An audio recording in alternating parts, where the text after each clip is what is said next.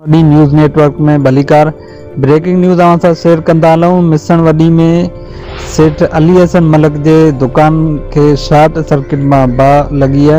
नाज़रीन अवां सां ब्रेकिंग न्यूज़ शेयर कंदा हलूं। मिसण वॾी में सेठ अली हसन मलिक जे दुकान में शॉर्ट सर्किट सबब बाहि लगी है।